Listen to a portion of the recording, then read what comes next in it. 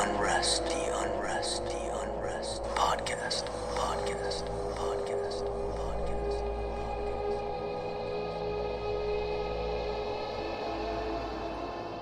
Hey y'all, welcome to the Unrest Podcast. I'm Carter Coyle. I'm Madeline Green. And I'm Kaitlin Stansel. So usually for the Sunday stories that I do, if you don't already follow us on Facebook or Instagram, every Sunday I pick a story.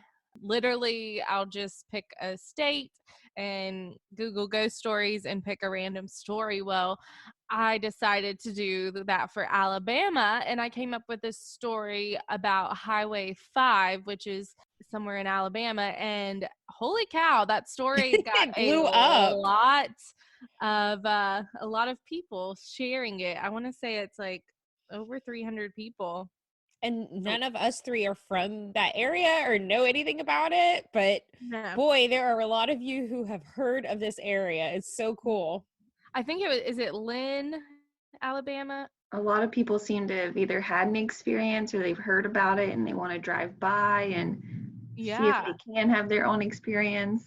And there are people who are like, oh, I grew up there. I've never heard of this. How's that possible? Right. And it's Lynn, Alabama, and it's the Highway 5 ghost. And pretty much supposedly there's this stretch of highway that is haunted by this young girl who had maybe a scuffle with her boyfriend after prom. Supposedly she got out of the car. She's walking down the highway and she is struck and killed by a truck driver. It's a haunted highway now because supposedly she is looking for this man who killed her, and she is seen to be looking into the truck driver's windows. People have seen her on the side of the highway. It's a really interesting story. That's why it caught my eye, but did not expect it to go as crazy as it did on our Facebook page. Yeah, that was awesome. We kept getting alerts and we were texting each other like, wait, what's going on with this story? There was quite a few people who said, that they saw her or that they saw something that was unexplainable. One woman said she thought that she hit somebody, but there was no evidence that she actually did. So it's pretty cool. And maybe eventually we can get some of those people on the show. And Madeline has actually offered to drive out by herself to the middle of Alabama to test this out. I love Lynn, Alabama. It's beautiful this time of year. And probably really hot. And it's kind of cool because, there's enough ghost stories around the world and here just in our country that we're able to post some little snippets of stories on Facebook and Instagram that we wouldn't necessarily cover here on the podcast. So if you don't follow us yet, go ahead and follow us there because we do have some different kind of content right there on Facebook and Instagram as well. Bonus stories. I'm trying to be like one of the cool kids, and I made us a TikTok as well. What? We have a TikTok now? Yeah, I put 2 stories on there. It's really funny. And that means I need to get a TikTok. We have 33 followers. Hell yeah. And 180 likes. Life update. Carter's mom apparently deleted her TikTok, even though it was great. Damn it. She said, our friend. I know. She said it was getting too political, even though I was like, I'm pretty sure you choose what you watch. I don't know a lot about TikTok, but I think you choose what categories you watch. Yeah. The hair tutorials I watch aren't very political. Yeah. One of my favorites that your mom posted, Carter, was about essential workers. And she was talking about how the lady at the nail salon should be considered an essential worker because she needs to get her toes done. So funny. Oh, Fran. Love it. Yeah, she texted me and was like, I don't think people like my birds very much. And I'm like, yeah, probably not. She's trying to be hip and in with the kids. She also left Facebook for it being a little too political, except for I don't think she actually left it because then one day she made her cover photo my ultrasound photo. And we were like, could you not, Mom? We haven't actually told many people yet. That was early on. Oh, no. It was a Facebook faux pas. We were like, okay, just take that down for a second. Thanks. Speaking of ultrasound, baby has officially lived and experienced its first hurricane/tropical storm this week. Yeah, and Carter, you were covering it along with me for Live 5, so the baby technically was a part of the coverage as well. Yes. I'll be able to tell him or her later that you were right there with me in the middle of the storm. It wasn't so bad downtown Charleston where I was. Thankfully, everything was pretty smooth, not as bad of flooding as we thought, but Kaitlin was north, and I think they got it a little harder there.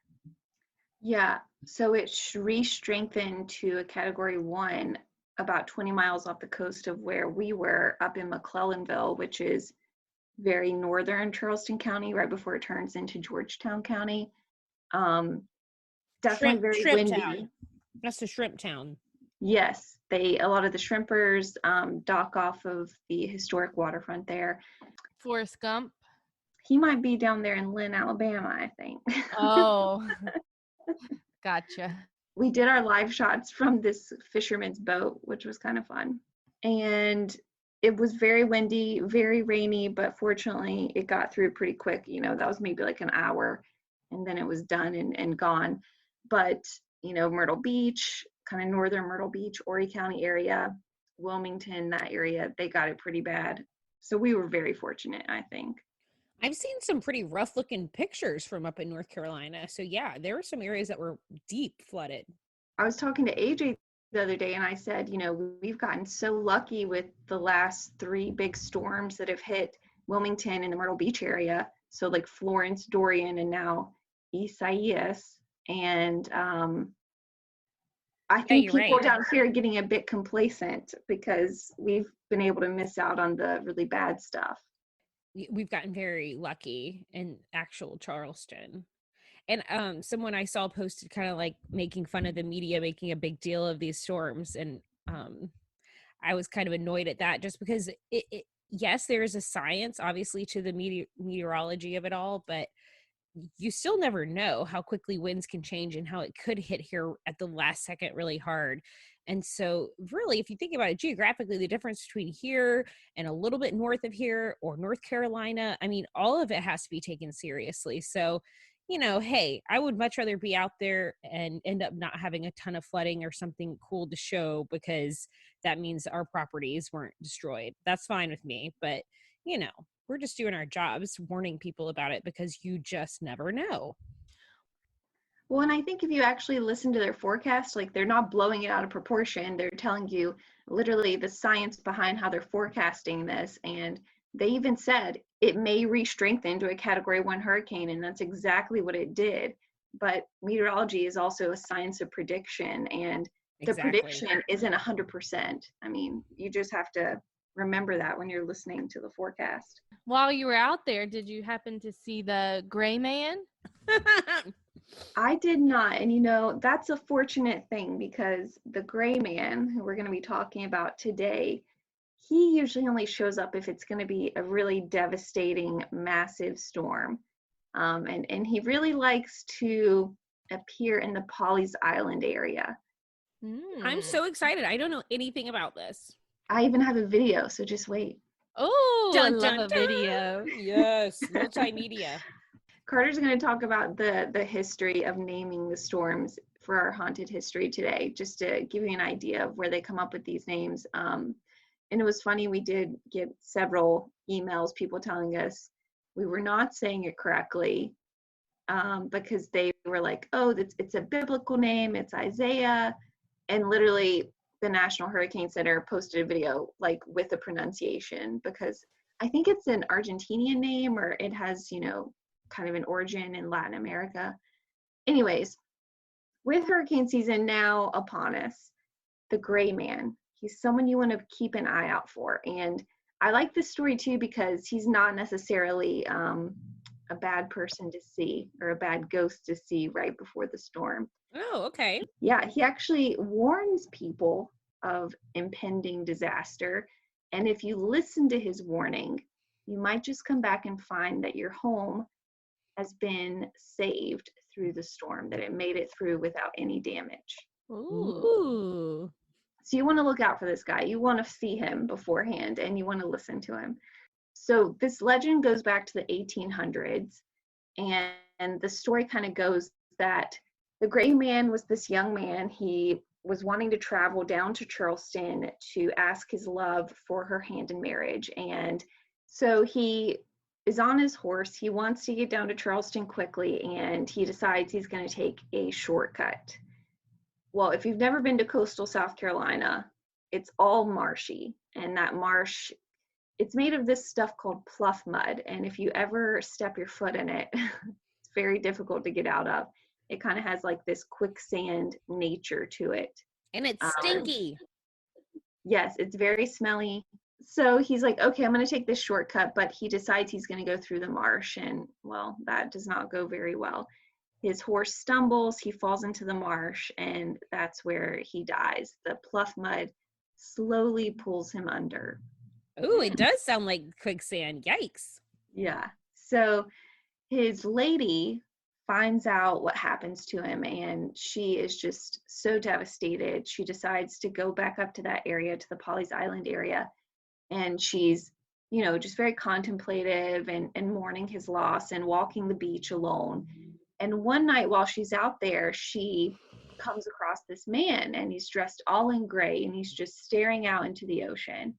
As she gets closer, though, the man turns towards her, and she realizes she knows this face, and it is the face of her love who died in the pluff mud. So he warns her and says, this island is not safe.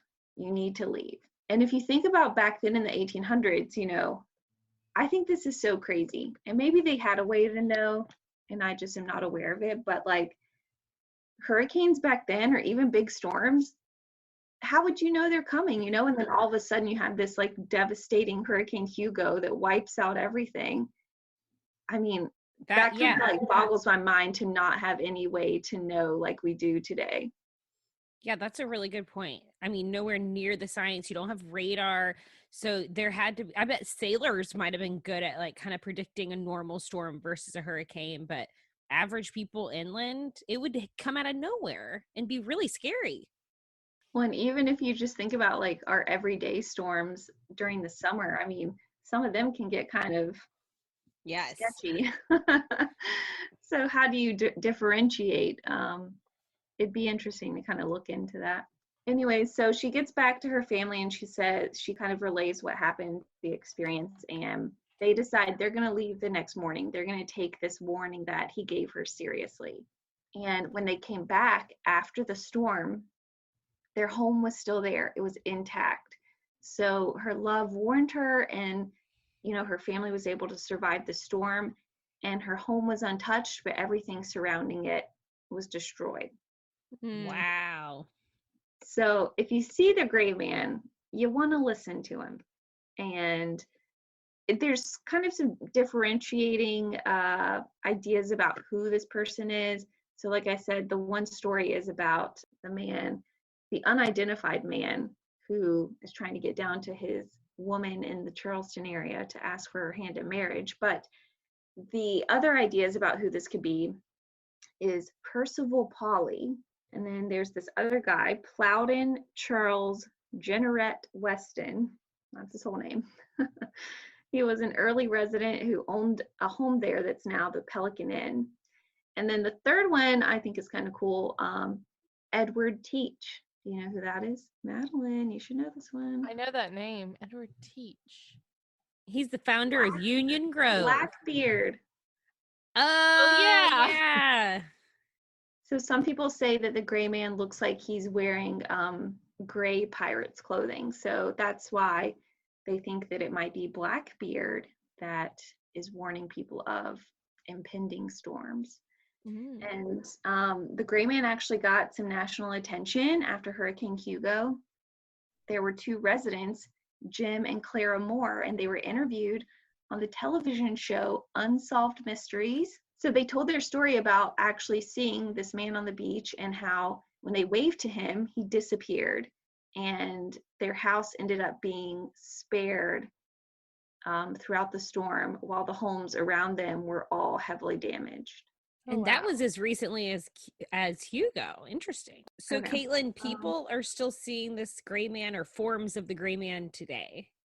Yes. So actually, one of the earliest accounts, a woman claimed to have seen the ghost before Hurricane Hazel in 1954. And then another sighting, like I just mentioned, had happened before Hurricane Hugo in 1989. And then the most recent appearance was ahead of Hurricane Florence in 2018. We reported in that one. Yes. And again, Pawleys Island, you know, they close off the island to traffic when the storm is coming. And if it's expected to have a lot of storm surge, the kind of damage you can expect to see there, all the sand kind of gets pushed into the island, a lot of heavy wind and rain.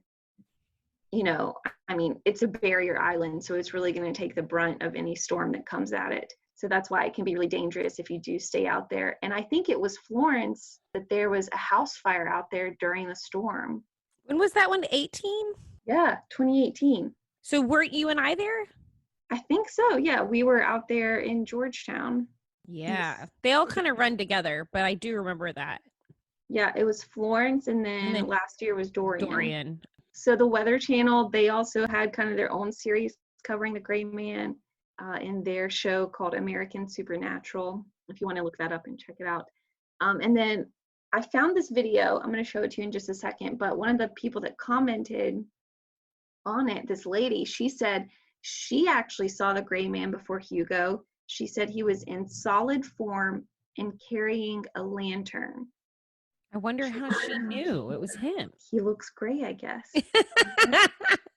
And he was covered in pluff mud. She said she saw him in front of a house. It was being left, and the house was saved from the storm. It had no destruction. And she said that he didn't try to get out of the way while they were walking on the beach. She said, "Excuse me," and he acted like he didn't even care. Instead, he walked right in between the group of people that were there, and then he disappeared. So I guess that's how she knew it was the Gray Man. He disappeared. It was her first clue. And he had a lantern. Who has a lantern back then? These True, days. true. He's like, anybody know whither kerosene company is? Whither. On a side note, I either have a demon in the house or my big toenail is so sharp it keeps cutting these scratches in my legs. Oh, those are big scratches. Yeah. I think it's your toenail. No, I'm pretty sure it is, but it made me think. The essential workers for the pedicure. Right? Here's the video. So there's no sound or anything, but this is like a live camera feed that they were recording during Hurricane Florence. And they're going to zoom in here, and I'll kind of describe for those listening what we see. So they zoom in, and you're kind of looking at the very end of a pier on Pawleys Island. And kind of look in the middle. You see that? Oh, wait. Yeah, absolutely. So it looks like a man. It's very translucent, but it's like a shadow of a man, and it appears in kind of the middle of the pier there, and he walks to the right. Sure does.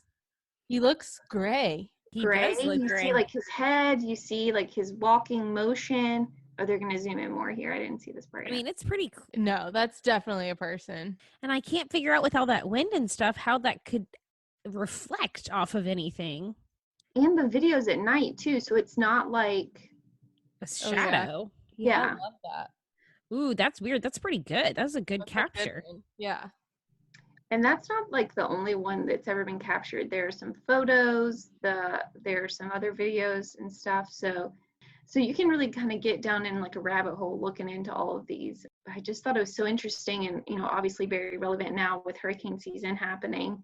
And I like that it's a ghost that warns you so he can save you. And I feel like I've heard a similar story outside of Pawleys Island, but the Gray Man, you know, is kind of synonymous with Pawleys Island. But if you live in a coastal town and you have something similar, please feel free to reach out to us. You know, we'd love to hear those stories. Very cool, Kaitlin, and that works perfectly with our haunted history today. And it is from NOAA, the National Oceanic and Atmospheric Association. That's a guess. Yes. That's a guess. Someone fact check me. Yeah, someone fact check me. Until the early 1950s, we were talking about the storm names. Well, up until the 50s, the tropical storms and hurricanes were tracked just by the year and the order that they occurred that year. But over time, they kind of realized that it was a little bit easier and maybe even more interesting to use these short, easily remembered names, written as well as spoken communication. It's quicker. It kind of reduces confusion if there's more than one tropical storm forming at the same time. And it makes it a little bit more, at least for us, regular people, it's like kind of makes the storm seem more alive. It gives it a personality, rather. In the past, confusion and false rumors resulted when some storm advisories would be broadcast from radio stations, and they were mistaken for warnings about entirely different storms that were hundreds of miles away. So they needed kind of a way to clear these up, and that's where they came up with the idea of actually using real names. So in 1953, the United States started using female names exclusively for storms, and by 78, so quite a while later, they started using male and female names, and they were identifying the Northern Pacific storms. And then by 79, they were also doing this for storms in the Atlantic Basin, which are the ones that were impacted by here in South Carolina. Oh my gosh, wait, I just had a thought. I don't know if this is true at all. This is just me thinking. But it seems like it would be a very southeastern United States thing that we would continue to call them female names even after they had been progressive and like switched to male and female on the West Coast. That would be really interesting.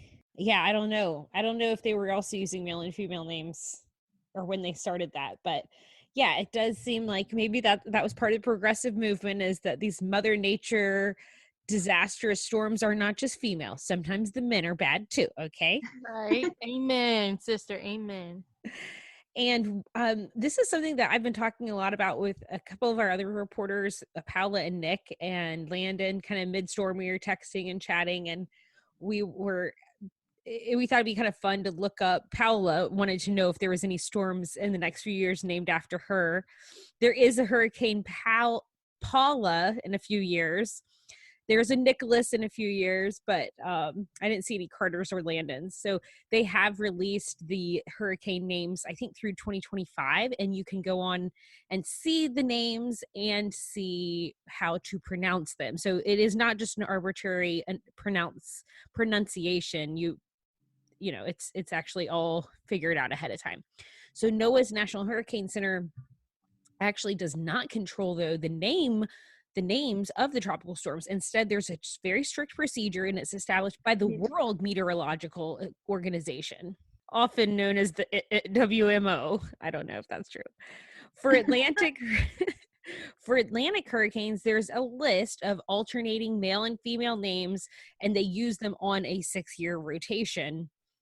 And the only time they really change out those names if a storm is so deadly or so costly, has such bad property damage, that they basically retire the name, and the future use of its name on a different storm just like would be inappropriate and kind of insensitive. So think Katrina or Hugo. Hugo. Yeah. Hugo. I just looked it up. There was a tropical storm, Madeline. Oh, Close how to lovely. Madeline. Yeah, very close. It was it hit Hawaii. Oh man, that's exactly where you'd want to go. Yeah, in 2016. So it's kind of fun to take a look at those names, see if there's anything close to you. But it does make sense, since it's from this World Meteorological Organization, that the names are going to be multicultural, like Isaias, and maybe pronounced differently than we would here in America. It was fun to look at some of the ones coming up and how they are supposed to be pronounced, because you look at it and think one thing, but really they'll be pronounced another way. I think next year the H is it looks like Henry, but it has an I at the end, so it's actually Henri. Oh, that's a good one. So it'll be a good French storm. Hurricane Henri. They don't use I was reading this the other day. They don't use Q, U, X, Y, Z. So there's 5 letters they don't use. So there's 21 total names in rotation every year. And just because those are hard letters, I guess, to come up with, non-ridiculous names. So if they have more than 21 tropical cyclones in a season, then they start using the Greek alphabet. I will Which now would be share. I will now share my rendition from my sorority days of the Greek alphabet: alpha, beta, gamma, delta, epsilon, zeta, eta, theta, iota, kappa, lambda, mu, nu. So I could go on, but there's quite a few. So if they go through the whole thing, we're in big trouble. So anywho, those were fun. And hold on, I'm going to pull up the list just because it is kind of fun to look. There was a Kaitlin back What? in 2005, September. Was that Pacific too, or was it Atlantic? It says she was the first major hurricane to make landfall in the United States since Wilma. So I don't remember when Wilma was 2005, so it was around then. Kaitlin caused a house to be washed away. Oh, Kaitlin. Sorry, guys. Great man was not seen then. I'm trying to see where it was though. Let's see what else we've got this year. Hold up. Okay, we just had Isaias. There's Josephine, Kyle, Laura, Marco, Nana, Omar, Paulette. I kind of like Paulette. Renee. And is the Nana one, is that Nana? It says Nana. Yeah. Sally, Teddy, Vicky, and Wilfred. Wilfred. I'm looking for any fun ones. Next year, a Fred, an Elsa. Madeline, what is your real life haunt? I'm excited to hear. So for this week, we decided to pick one of our followers on Facebook. So take a listen.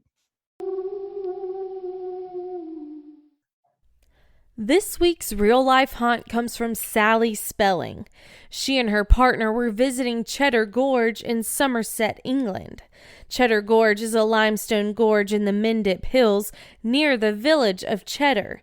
The gorge is the site of the Cheddar Show Caves, where Britain's oldest complete human skeleton, known as Cheddar Man, has been found, and he is estimated to be 9,000 years old.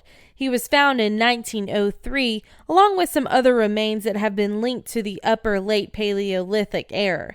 This is how her story goes. Me and my partner were visiting Cheddar Gorge in Somerset. It was around twilight, early evening. We passed a stairway in the gorge that said Jacob's Ladder, so we started climbing the long staircase. It was about 300 steps, and we were about halfway up when we realized all the natural sounds had stopped. No animal sounds, the breeze in the trees had stopped, and it was just deadly silent. It was almost as if we were in a trance, as every nerve in our body was screaming to turn around and run. But still, we climbed, and by the time we reached the top, it was dark. In front of us stood what appeared to be a lighthouse tower. It was a big wooden door in a circular building with no windows, but a lookout tower on top. The door stood open and opened inwards. We climbed the spiral staircase to about halfway, and we could hear a male and female talking and laughing at the top. When we got to the top, we could still hear them, so my partner walked around one way and I the other way. We met in the middle, but we were all alone. Neither of us had passed another person. At this point, we were really freaked out and started heading back down the stairs. My partner in front, me following behind, and as he was about to step out to go down the stairs, I had visions of the door closing and leaving me locked in this tower with whatever was lurking behind the door. And to this day, I swear if he would have stepped out, that's what would have happened, and that's how strong this feeling was. But luckily he stopped, assuming he was having the same feeling as well. We headed down the stairs to the gorge, thinking we were out of whatever we had stumbled into. But as I walked down through the wooded stairway, I saw several dark shapes, about knee-high, coming in from the trees on both sides. All I can say to describe them was like a swirling, dense black cloud. Then there was one ahead of me on the steps. I stopped, and my partner, who was at this time behind me, started pushing me on down the stairs. So I just ran around it and didn't stop till we got to the bottom. When I got my breath back, I started asking him why he was pushing me. And then we heard a huge bang on the railings from above where we got on our motorbike to head home. Honestly, we weren't holding back on the gas at this point, and for those of you who don't know the area, Cheddar Gorge has hairpin bends for about 3 miles.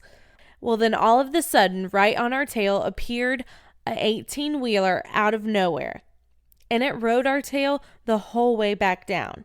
I was terrified that if I reached my arm backwards, I could touch the grill on the front of it. That's how close it was to us. Well, now we're going about 100 miles per hour, and there is no way a vehicle of that size could have kept up with us, but somehow it was. Finally, we came to the end of the gorge, turned on the road, and the 18-wheeler just sat there in the middle of the gorge. We got back to our campsite, and we were starting to get our heads around what had happened. Then a gust of wind, or at least that's what I'm calling it, smashed into the side of the tent and knocked me across to the other side. Then complete deadly silence again.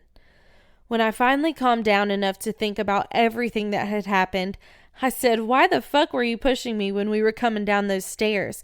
And what he said chilled me to the bone. He said he could see black shapes coming in from the trees, and that one was actually behind him on the stairs.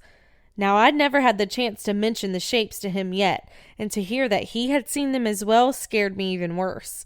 But from the moment we entered Cheddar Gorge that evening, it was like we were being pulled into something evil. I returned 3 years later, but the old tower had been destroyed and replaced with a glass tower. Now make of that what you will, but I swear to you on everything I hold dear that this is an accurate account of what happened to us that night. I've told very few people of this as it sounds unbelievable. I've actually tried to debunk it over the years as I am a cynic by nature, but I have picked this apart over the years and I can't even begin to imagine what happened that night. I just put it down to wrong place, wrong time.